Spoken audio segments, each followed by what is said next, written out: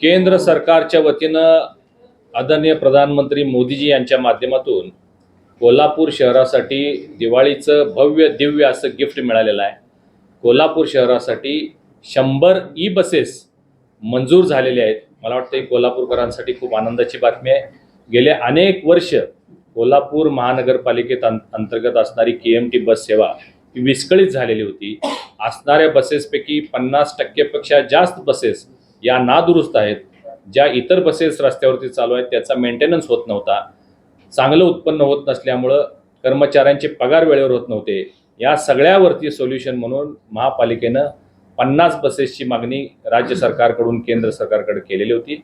गेल्या 1 वर्षापूर्वी मी भारतीय जनता पार्टीचा खासदार म्हणून निवडून आल्यानंतर त्या 50 बसेसचे 100 बसेस कशा होतील यासाठी मी प्रयत्न केला। केंद्र स्तरावर 3-4 बैठका झाल्या आणि काल ती जी अंतिम बैठक झाली त्यामध्ये कोल्हापूर शहरासाठी 100 ई बसेस मंजूर झालेले आहेत। कोल्हापूरसाठी खूप मोठी बातमी आहे आणि पर्यावरण पूरक महत्त्वाचा निर्णय म्हणजे पर्यावरण पूरक या बसेस असणार आहेत। कुठल्याही पद्धतीचं कार्बन एमिशन होणार नाही, कुठल्याही पद्धतीचे मेंटेनन्स लागणार नाही आहे आणि मॅन पॉवर कमी लागणार आहेत। AC बसेस सगळ्या आहेत। सगळं जे पेमेंट होणार आहे ते डिजिटली पेमेंट करण्याचा आपला मानस आहे। अशा एकंदरीत कोल्हापूर शहराच्या प्रगतीमध्ये आणखीन एक किंवा मानाचा तुरा त्यामध्ये रोवला जातोय याचा मला खूप खूप अभिमान आहे।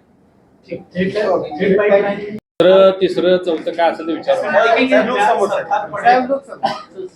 डिसेंबर महिन्यामध्ये 24 पडेल संजय राऊतांनी कमेंट केले, त्यामुळे जरांगे पाटलांनी 24 तारीख दिलेली आहे। तुम्ही कसं बघताय स्टेटमेंटकडे काय?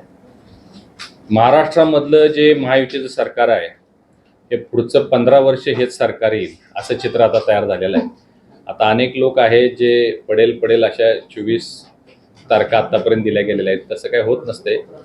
एक दिलानं एकजुटीनं महाराष्ट्राच्या विकासासाठी भारतीय जनता पार्टी, शिंदे साहेबांची शिवसेना आणि अजितदादांचे राष्ट्रवादी हे सगळे एकत्रित आलेले आहेत। त्यामुळं पुढं 15-20 वर्ष तरी या युतीला काय अडचण येईल असं मला वाटतं। मराठा आरक्षणाचा प्रश्न कामकाज होईल असं वाटतं। 24 डिसेंबर ही तारीख लास्ट दिलेली आहे, नाहीतर मुंबई जाम करू अशा पद्धतीचं नाही। मला वाटतं 24 डिसेंबरच्या आधीच हा प्रश्न सगळा निकाली लागेल। म्हणजे त्याच्यासाठी एवढा कालावधी, कारण खूप युद्ध पातळीवर काम सुरू आहे। मोठ्या प्रमाणात अनेक लोक त्यामध्ये काम करतायत आणि अंतिम टप्प्यामध्ये मी काल सकाळी सांगितलं होतं तुम्हाला की तुम्हाला लवकरच गोड बातमी समजेल। ते काल संध्याकाळीच आपल्याला ती बातमी मिळालेली आहे।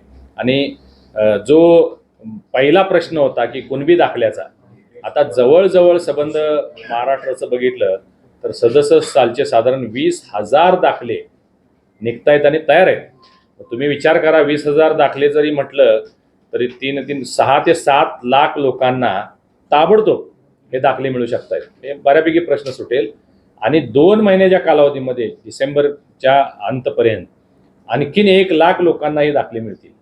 मग मला सांगा, ते जर 1 लाख आणि म्हणजे हे सगळं बघितलं तर साधारण 30 ते 35 लाख लोकांना असेच दाखले मिळून जातील। त्यामुळे बऱ्यापैकी हा प्रश्न सुटेल।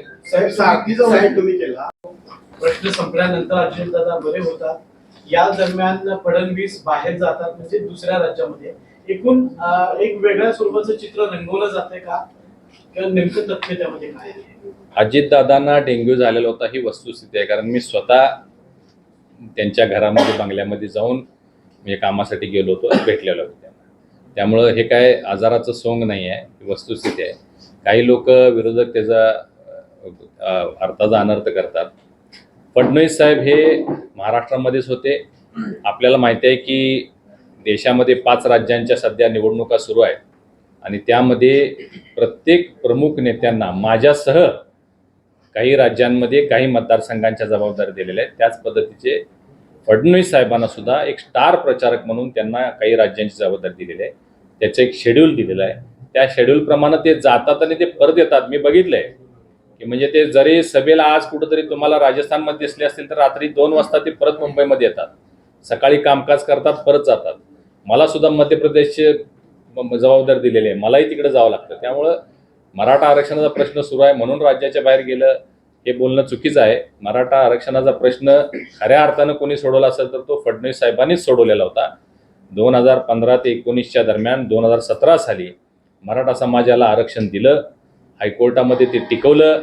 दुर्दैवानं सत्ता गेली म्हणून ते सुप्रीम कोर्टामध्ये त्यावेळच्या सरकारला ते टिकवता आलं नाही.